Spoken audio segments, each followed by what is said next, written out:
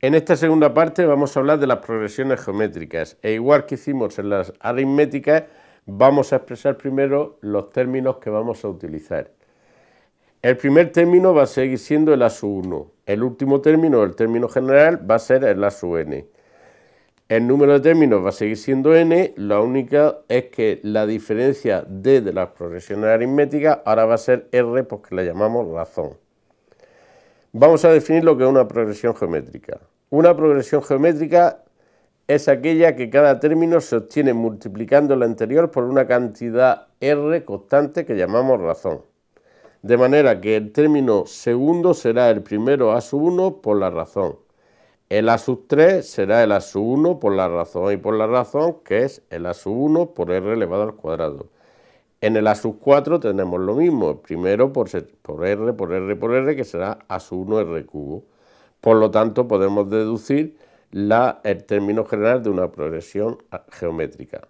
El término general A sub n siempre es el primero por la razón elevada al número de términos menos 1. Efectivamente, en el segundo era r elevado a 1, en el tercero r elevado a 2, en el cuarto r elevado a 3, en n será r elevado a n menos 1. Con lo cual tenemos la expresión del término general de una progresión geométrica. En la suma de los términos de una progresión geométrica tenemos dos fórmulas que hay que tener en cuenta dependiendo de qué datos nos dé el problema para utilizar una o la otra. La suma de los términos de una progresión geométrica es igual al término A sub n por r menos A sub 1 partido por la razón menos 1. Otra fórmula también que se utiliza es A sub 1 por r elevado a n menos A sub 1 partido por r menos 1. Solo varía en este término de aquí.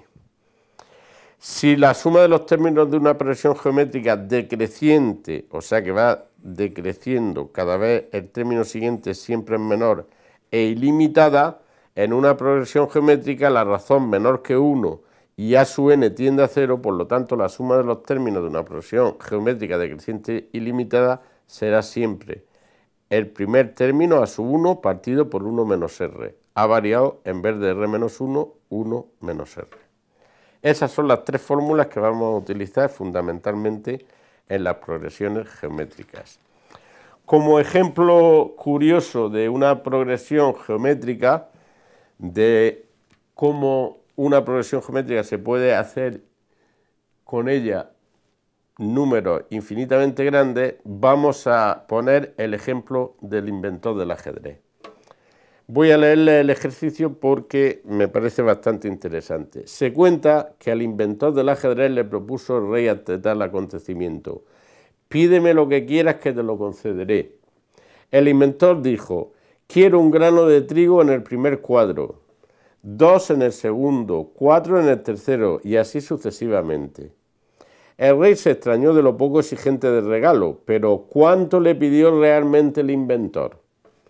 Como el ajedrez tiene 64 cuadros, 8 por 8, en el primer cuadro, que es el A sub 1, le pidió un granico de trigo. La razón, como iba doblando, es 2. Cada término, 1, 2, 4, iba doblando. Y el número de términos, como son 64 cuadros los del tablero del ajedrez, el número de términos será 64. Luego nosotros tenemos que hallar la suma de los 64 términos de esa progresión geométrica. Para que vean la magnitud de este dato, vamos a hacer unas aproximaciones así un poco a ojo, que no son exactas, las he hecho yo un poco personales.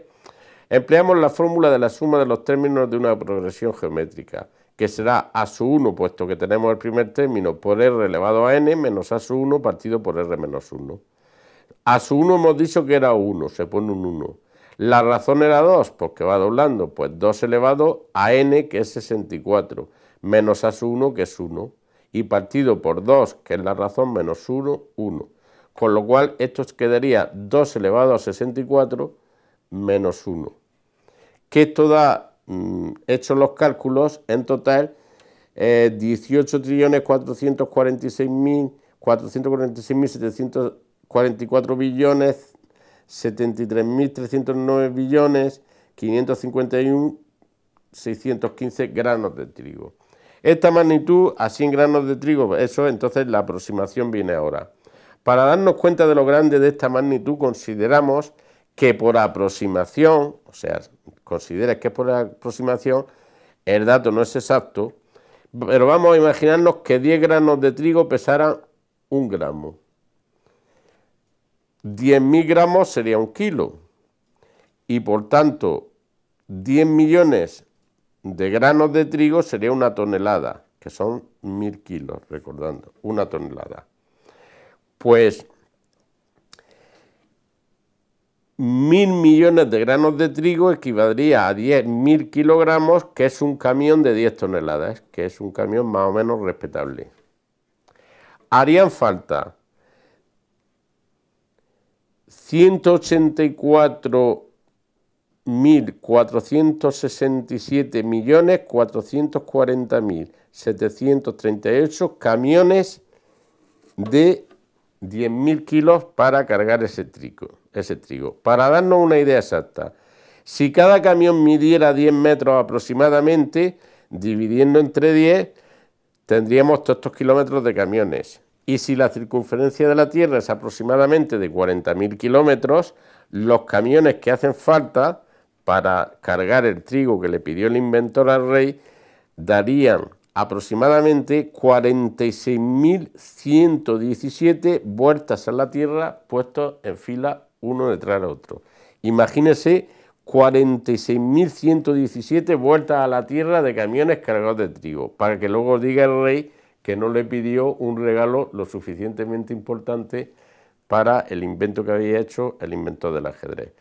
Esta es la grandeza de las progresiones geométricas.